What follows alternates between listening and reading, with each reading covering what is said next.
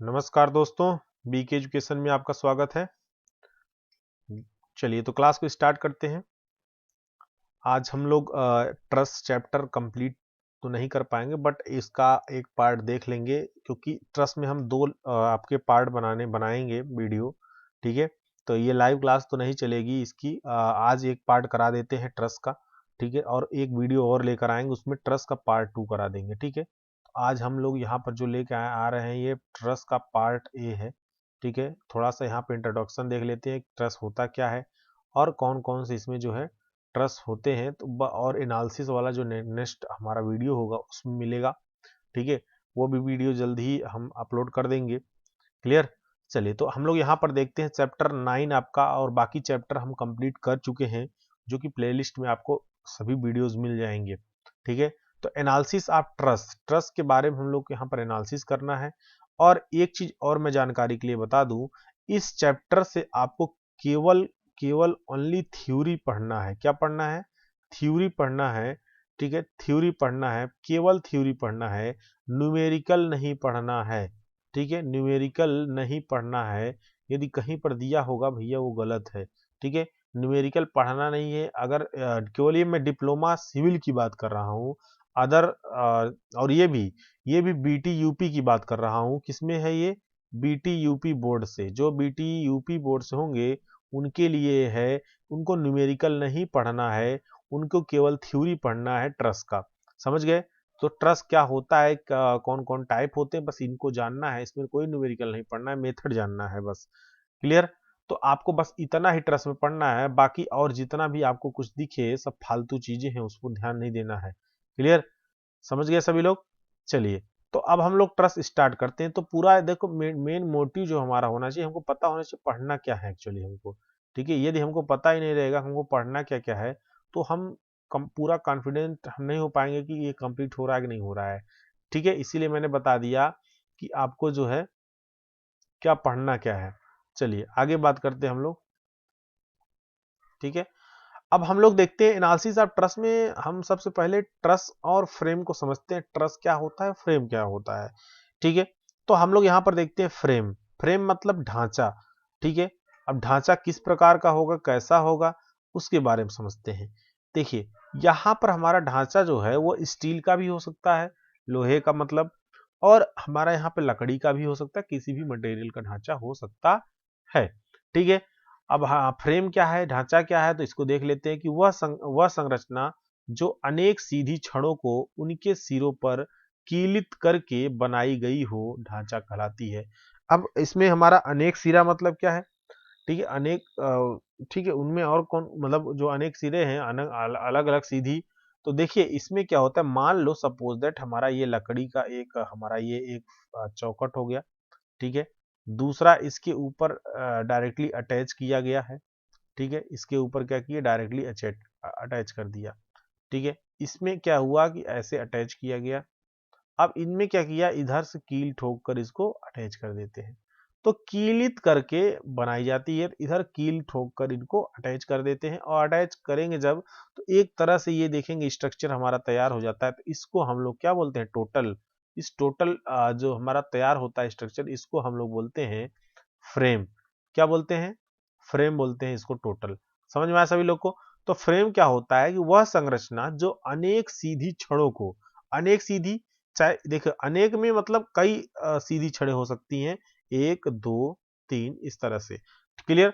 तो हमारा जो है अनेक सीधी छड़ों को उनके सिरों पर, देखिए इनका एक, ये इसका सिरा ये हो गया, और इसका भी सिरा क्या होगा, यही हो गया। और इनके सिरों को क्या किया जाता है, कीलित कर दिया जाता है और उसको बनाया जाता है। ठीक है, तो वो हमारा ढांचा कहलाता है। जैसे खिड़कियों खिड़कियों तथा दरवाजों की चौखट। तो जो खिड़कियों की चौखट होती है कुछ इसी टाइप की होती है, आपने देखा है, और आपके यहाँ भी लगा अगर होगा, लकड़ी के दरवाजे होंगे। ठीक है, क्लियर। चलिए, तस्वीरों के फ्रेम। तो जो तस्वीर के फ्रेम होते हैं उसमें भी देखो इस तरह से पूरा फ्रेम तैयार किया जाता है। ठीक है, समझ रहे हो? और यहाँ पर अटैच कर दिया जाता है, पूरा कील के माध्यम से इनको अटैच कर दिया जाता है। क्लियर, यहाँ पर ऐसे, समझ रहे हो? तो ये हमारे क्या है, ढांचा है, फ्रेम है। क्लियर। और ये एक चीज और ध्यान रखना, इनके ऊपर लोड भी लग सकता है। ऐसा नहीं है कि ढांचे के ऊपर लोड वो सहन नहीं करेगा, ठीक है, वो लोड भी लग सकता है, ऐसा कोई स्ट्रक्चर कहीं पर बना रहे हो जहां पर वो लोड भी बियर कर सके, ठीक है, तो ये हमारा ढांचा कहलाता है। ट्रस की अगर हम बात करें यहाँ पर, ठीक है, ट्रस की यदि बात करें तो ट्रस में देख लीजिए एक बार ध्यान से सभी लोग, देखिए अगर ट्रस और ढांचा आप समझ जाएंगे तो आगे के सभी टॉपिक्स अच्छे से क्लियर हो पाएंगे। जब तक उनके बारे में जो ट्रस आप पढ़ रहे हो उनके बारे में ही नहीं पता चलेगा आपको, तो आप पढ़ोगे कैसे, ठीक है। चलिए, तो देखते हैं हम लोग, जो कैंची होता है, ट्रस, ट्रस एक तरह की कैंची है, हिंदी में कैंची बोलते हैं, कैंची को काटने वाली कैंची नहीं हम यहाँ पे बात कर रहे हैं, समझ रहे हो। यहाँ पे हम कैंची जो है वो दो, जब इस तरह से कोई भी स्ट्रक्चर होता है या मेंबर होता है, उन मेंबरों को अलग अलग तरीके से ऐसे ऐसे कहीं ना कहीं लगाते हैं, ठीक है। तो ये क्या करता है, कैंची जैसा पूरा एक तैयार हो जाता है स्ट्रक्चर, ठीक है। इसकी वजह से इसको हम लोग बोलते हैं ट्रसेस या कैंची। वह संरचना जो अनेक सीधी छड़ों को सिरों पर पिनों या बोल्टों और रिविटों, ठीक है, या फिर वेल्ड द्वारा एक दूसरे में जोड़कर त्रिभुजाकार इकाइयों में बनी संरचना को कैंची कहते हैं। अब कहेंगे सर ये डिफिनीशन वो डिफिनीशन दोनों तो लगभग मैच करती है। जी नहीं, मैच इसलिए नहीं करती है कि यहां पर ध्यान रखिए, ये जब भी कीलित की बात होगी, कीलित की बात जब भी बात होगी, मतलब कील ठोकी गई है, तब वहां पर हमारा ढांचा फ्रेम कहा जाएगा। लेकिन उनके सिरों पर क्या किया गया है कि पिन के माध्यम से, ठीक है, पिन के माध्यम से अटैच किया गया, या फिर बोल्ट के माध्यम से अटैच किया गया है, या फिर रिवेट के माध्यम से, या फिर वेल्ड के माध्यम से। तो चार तरीकों से यदि उनमें अटैच किया गया उनके सिरों को, ठीक है, तो एक दूसरे से जोड़कर त्रिभुजाकार इकाइयों में, तो क्या होंगे, त्रिभुजाकार इकाइयों में बनेंगे जब भी बनेंगे, ठीक है। तो ऐसे संरचना को हम लोग बोलते हैं कैंची कहते हैं, समझ गए। कैंची किसको कहते हैं, तो जैसे पुलों, छतों, क्रेनों, बिजली के बड़े बड़े खंभों में प्रयोग की जाने वाली कैंचियां। तो अक्सर आप लोग ने देखा होगा, देखिए इस तरह से, जैसे कभी कभी क्या होता है कि मान लीजिए कि कोई हमारा आ, खंभा हो गया इस तरह से, अब इसमें अलग अलग तरीके से ऐसे ऐसे ऐसे ऐसे, ठीक, ऐसे ऐसे ऐसे ऐसे ऐसे पूरा अरेंजमेंट रहता है, ठीक है। तो बिजली खंभा भी कुछ इसी तरह से रहता है, तो इनके बीच में क्या है, सब कैंची ही तो लगी है। पुलों पर भी आप लोग देखिए, पुल पर ऐसे ऐसे लगा रहता है तमाम तरह के, ठीक है, ऐसे यहाँ सपोर्ट रहता है पुल पर, ठीक।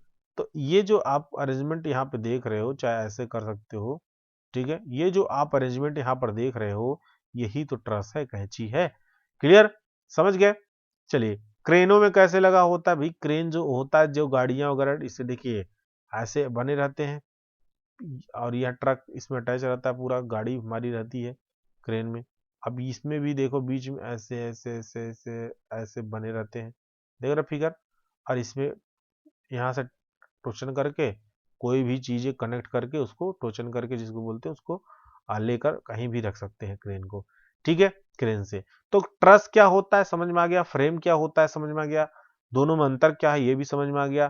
क्लियर, बस उसमें कीलित करके इसमें रिवेट, बोल्ट, वेल्ड द्वारा हम लोग क्या करते हैं, उनके सिरों को, मेंबर के सिरों को अटैच करके, और जो है ये तैयार किया जाता है, ठीक है।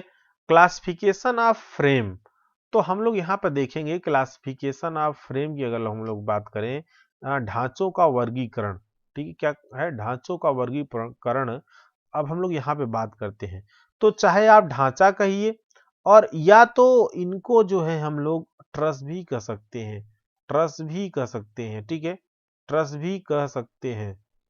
तो अब कहेंगे सर क्लासिफिकेशन में क्या ढांचा और वो दोनों तो आप बोले बताएं अलग अलग है। जी, अलग अलग हैं दोनों, लेकिन जो इनके क्लासिफिकेशन है, जो क्लासिफिकेशन जो हम करेंगे, जो अलग अलग इनके नाम आ रहे हैं क्लासिफिकेशन के, तो वो फ्रेम में भी होता है, ट्रस में भी होता है, समझ गए। तो आप इसको ट्रस भी कर सकते हो और फ्रेम भी कर सकते हो, ठीक है। जो क्लासिफिकेशन फ्रेम का होगा वही क्लासिफिकेशन ट्रस का होगा। एग्जाम में ध्यान यह देना है कि हमसे ट्रस कह रहा है कि जो है फ्रेम कह रहा है, तो जो पूछेगा उसी को वहां पर लिख देना है, समझ गए।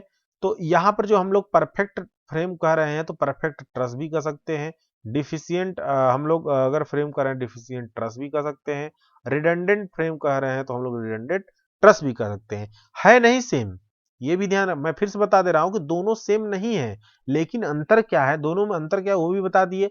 लेकिन इसमें जो क्लासिफिकेशन है ना, उसका भी क्लासिफिकेशन यही होगा और इसका भी क्लासिफिकेशन यही होगा, और जो डिफिनीशन है ना उसका भी ये डिफिनीशन होगा और इसका भी डिफिनीशन यही होगा।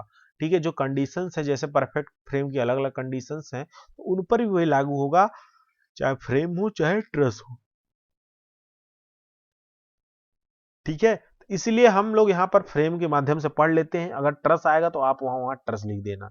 ठीक है, चलिए तो लिख लीजिए, देख लेंगे कि किसी ढांचे को उसके सदस्यों की संख्या मतलब मेंबर, ठीक है, इनके मेंबर, अब मेंबर कौन कौन से लगे होंगे, ठीक है, उनके मेंबर, सदस्यों की संख्या मतलब क्या है, उनके मेंबर, तथा जोड़ों की संख्या मतलब ज्वाइंट, तो जहां पर ज्वाइंट है मतलब नंबर ऑफ ज्वाइंट्स, ठीक है, नंबर्स ऑफ मेंबर, क्लियर, के आधार पर वर्गीकरण किया जाता है, तो इन दोनों के आधार पर वर्गीकरण हम लोग करते हैं। अब ढांचे के निम्न 3 प्रकार से वर्गीकृत किया जा सकता है, कौन कौन से, परफेक्ट फ्रेम मतलब पूर्ण ढांचा, तो इसको हम लोग पूर्ण ढांचा तो यहाँ पर कह रहे हैं ना, तो इसी तरह से हम लोग पूर्ण ट्रस भी कह सकते हैं। ठीक है, कंडीशन सेम होंगे, क्लियर। चलिए, डिफिशियंट फ्रेम मतलब अभाव ढांचा और रिडंडेंट फ्रेम मतलब अतिरिक्त ढांचा, तो 3 तरह के हमारे होते हैं कंडीशन के। कंडीशन में क्या है कि सदस्यों की संख्या इस पर हमारा क्या होगा, डिपेंड करेगा, और जोड़ों की संख्या के आधार पर ही हम वर्गीकृत किए हैं। ठीक है, किसके आधार पर, मेंबर की numbers of members and joints of member. ठीक है, सॉरी, हाँ, नंबर ऑफ ज्वाइंट्स, ठीक है, number of member and number of joints पर के उसके आधार पर हम लोग इसको आ, वर्गीकृत करते हैं। चलिए तो देखते हैं परफेक्ट फ्रेम, या परफेक्ट फ्रेम भी इसको कह सकते हो आप, और या फिर यहां पर लिख लो कि इसको परफेक्ट परफेक्ट क्या कर सकते हो, ट्रस भी कह सकते हो। ठीक है, परफेक्ट फ्रेम या परफेक्ट ट्रस ये दोनों के लिए कंडीशन सेम होगा, क्लियर। तो लिख लेंगे इसमें, देख लेंगे, आप लोग लिख भी लीजिए कि ऐसा ढांचा जो भार के प्रभाव में न तो विरूपित होता है और ना ही ध्वस्त होता है, पूर्ण ढांचा कहलाता है। देखिए, पूर्ण ढांचा की जो कंडीशंस, यदि वो कंडीशंस को फॉलो करता है, चाहे वो ढांचा हो चाहे वो ट्रस हो, ठीक है, अगर दोनों कंडीशंस को फॉलो करता है तो वो कभी ना ही ध्वस्त होगा और ना ही कभी वो ध्वस्त होगा, मतलब फेल भी कभी नहीं होगा। विरूपित का यहाँ मतलब है फेल होना, ठीक है, विरूपित का मतलब यहाँ पे है फेल होना, स्ट्रक्चर टूट के गिर जाना। ठीक है, तो इन जब उस पे भार का प्रभाव पड़ेगा ना, तो वो ना फेल ही होगा और ना ही ध्वस्त होगा। तो अगर ऐसा कुछ कंडीशंस आ रही है तो वो हमारा क्या है, पूर्ण ढांचा कहलाएगा। पूर्ण ढांचा का जो हमारा कंडीशंस होता है, देखिए हमारा पूर्ण ढांचा का अगर देखें तो निम्न संबंध को संतुष्ट करता है, तो ये है हमारा M is equal to two J minus three. M is equal to J minus three तो एकदम रट डालो, ऐसे मुंह की जुबान पर होना चाहिए।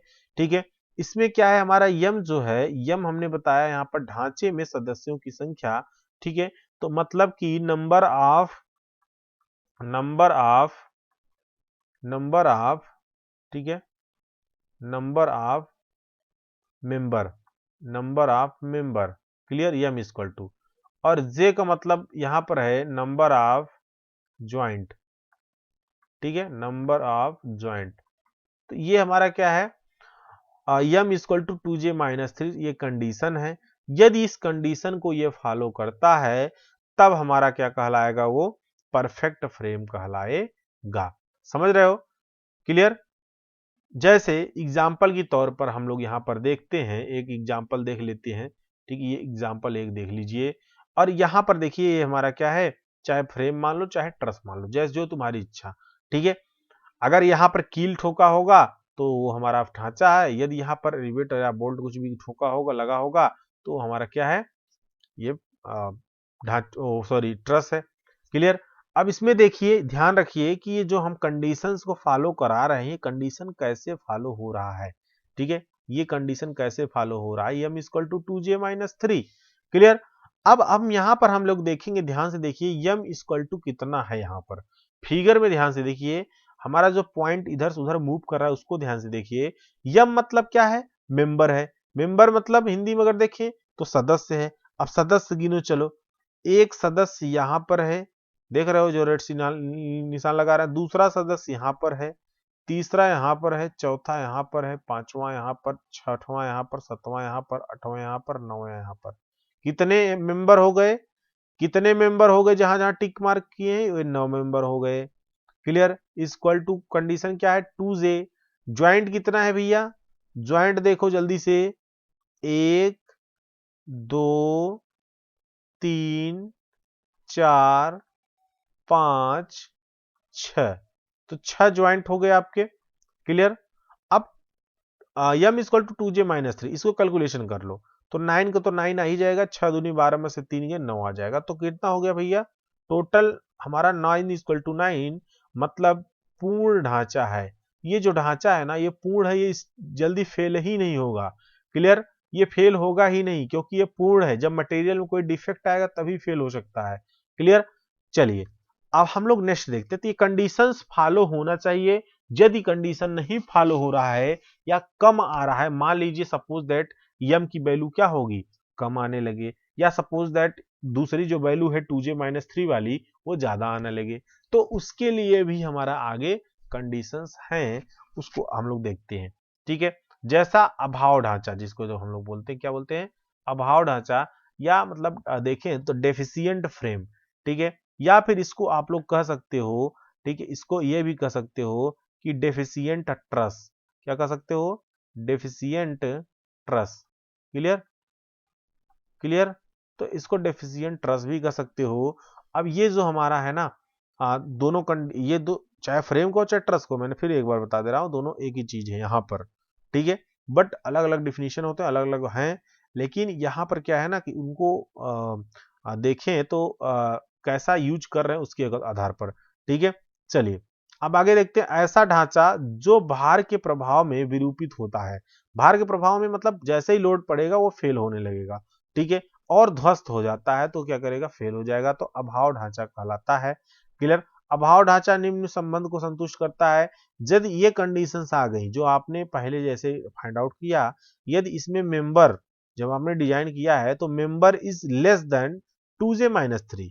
लेस देन मतलब यम छोटा है, तो यम हमारा कितना हो गया? इस तरह का हमारा कोई एग्जांपल हमने ले लिया, जैसे मान लो इस तरह से एग्जांपल कोई ले लिया है। यहाँ पे देखिए, अब इसमें गिनो सभी लोग, चलो जल्दी से गिनो। 1 2 3 4 5 6 7 8। 8 मेंबर हैं, तो मैंने यहाँ पर 8 लिख दिया है। ठीक है? इज लेस देन का मैंने चिन्ह लगा दिया, जो लेस देन का यहाँ पर चिन्ह था। क्लियर? अब हम लोग यहाँ पर देखिए 2j ज्वाइंट कितने हैं? जल्दी से गिनो सभी लोग। 1 2 3 4 5 6। ठीक है? 6 ज्वाइंट। 6 दूनी 12, 3 में से कितना गया? 9। अब 8 क्या कम है?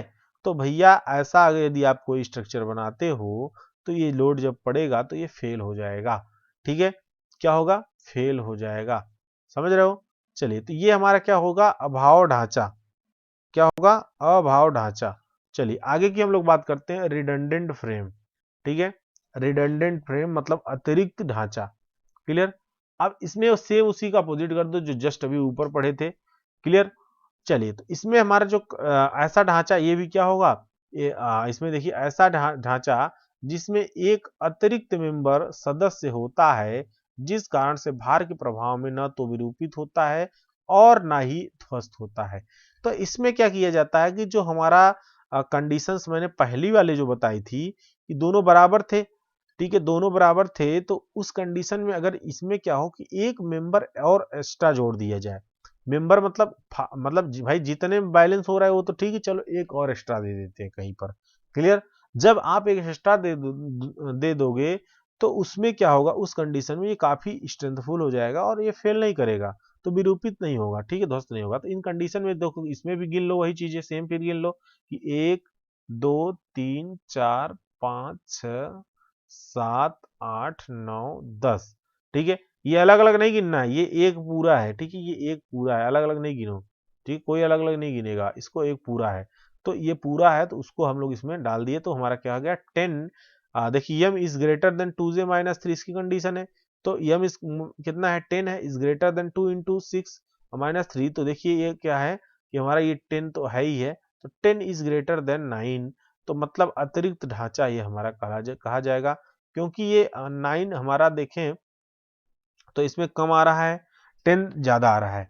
ठीक है, चलिए आगे की हम लोग बात करते हैं। तो ये थे हमारे 3 तरह के ट्रस थे या फिर फ्रेम भी कह सकते हो, दोनों के लिए कंडीशन सेम होंगी। ठीक है, डेफिनेशन भी सेम यही रहेगा, लिखना चाहोगे नहीं तो फिगर बना के आप लोग वहां पर लिख सकते हो। तो ऐसा क्वेश्चन पूछा गया है, आता भी है। ठीक है, चलिए थ्योरी ही बस पूछता है।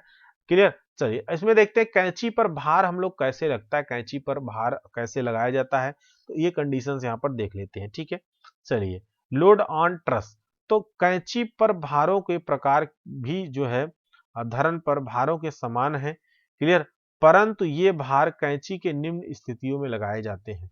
ठीक है, तो अलग अलग स्थिति जब आती है तभी कैंची पर भार लगाए जाते हैं, अन्यथा भार कैंची पे नहीं लगाए जाते हैं। ठीक है, पहला हम लोग बात करेंगे यहाँ पर ऊपर जीवा पर भार। क्या बात करेंगे, ऊपर जीवा पर भार। तो जीवा क्या है भाई, तो जीवा ये जो हमारा यहाँ पर बाहरी हिस्सा है ये वाला, इसको हम लोग यहाँ पर जीवा बोलते हैं। और इनका जो ऊपरी हिस्सा है ना, ये वाला ऊपरी हिस्सा टोटल आप लोग देख रहे हो, ये रेडिश टाइप का ये पूरा जो हम लोग यहाँ कलर हम कर दे रहे हैं। ठीक है, ये क्या है हमारा, ये जो है जीवा है। अब इस पर जो देखें तो भार कैसे लगाना है, ये ध्यान देना है कि भार कैसे लगाना है। तो भार ऊपर वाले पे हम लोग क्या करेंगे, इस तरह से भार लगाएंगे, जैसे यहाँ पे ग्रीन दिख रहा होगा आप लोग को, भार भार लिखा है। ठीक है, यही यहाँ पे बताना था किस स्थिति में लगाया जाता है, तो भैया वर्टिकली लगाया जाता है, ना कि यहाँ नीचे लगाया जाता है। क्लियर, निचली हम जीवा की भार की हम लोग यहाँ पे बात करें तो निचली वाले में देखिए यहाँ पर नीचे जो है जगह जगह पर लोड ऐसे लटकाया जाता है। ठीक है, तो ये निचली जीवा पर भार हो गया। तो ये बाहरी जीवा पर भार हो गया यहां से, और निचली जीवा का भार यहां से हो गया। ठीक है, क्लियर। तो भार कैसे लगाते हैं ये मैंने छोटा सा टॉपिक एक इसलिए डाल दिया था कि आपको जानकारी रहे। ठीक है, क्योंकि कभी न कभी कोई पूछ सकता है आपसे। ठीक है, तो ये जानकारी आपको रहना चाहिए। चलिए आगे की हम लोग बात करते हैं। छत कैंचियों में तनाव या संपीड़नांक एवं अधिकांग। ठीक है, तो ये तीनों को आप लोग को यहाँ क्या करना है, डिफाइन करना है। ठीक है, छत की कैंचियों में तनाव या तनांग या फिर संपीड़नांग एवं अधिकांग। ठीक है, चलिए तो हम लोग देखते हैं एक एक करके। तो छत कैंचियों में जिन अवयवों में तनाव सामर्थ्य या प्रतिबल टेंसाइल फोर्स कार्य करता है वह तनाव तनांग या टाई कहलाता है। ठीक है, क्या कहलाता है, तनांग या टाई। तो ये कह रहा है छत कैंचियों में, छते कैंची में ऐसा होगा। क्लियर, ठीक है। चलिए तो आगे देखते हैं हम लोग।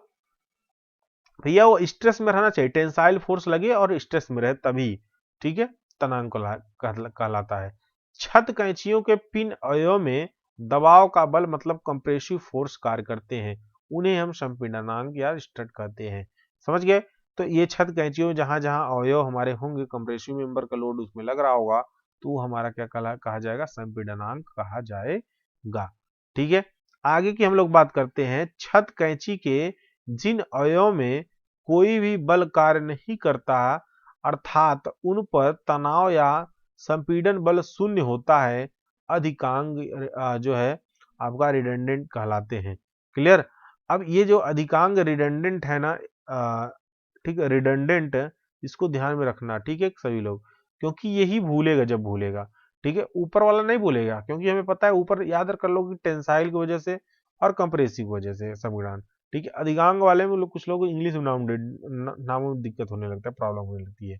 ठीक है, छत कैंची के जिन अवयव में कोई भी बल कार्य नहीं करे, मतलब कोई भी उसमें बल नहीं लग रहा है, ठीक है, अर्थात उन पर तनाव संपीड़नांक का बल शून्य होता है, तब वहां पर हम लोग क्या बोलते हैं, जो है रिडंडेंट कहलाते हैं। ठीक है, तो ये था हमारा पूरा आज का सोम का पार्ट ए। ट्रस का एक क्लास और हम है, उसको भी हम जल्दी से जल्द अभी अपलोड कर देंगे कल सुबह तक। ठीक है, चलिए क्लियर। तो आज ये रात को अपलोड कर रहा हूं अभी जस्ट, उसके बाद सुबह अपलोड कर दूंगा उसको भी। ठीक है, चलिए तो ओके, बाय बाय सभी लोग को। ठीक है, और भी जो नोट्स वगैरह जिसको चाहिए भैया वो अपना परचेज कर सकते हैं आप लोग। ठीक है, कोई बाउंडेशन नहीं है। चलिए, तो यहाँ पर अब हम लोग देखते हैं, ठीक है। तो नेक्स्ट अभी हम लोग क्लास देखेंगे बाद में, हम प्लेलिस्ट में जरूर सभी वीडियो देखें। अब लाइव नहीं चल पाएगा क्योंकि जल्दी से कंप्लीट करना है। प्लेलिस्ट देखें, 15 तारीख बाद सोल्यूशन पेपर बैठ के करवाएंगे। ठीक है, चलिए बाय बाय।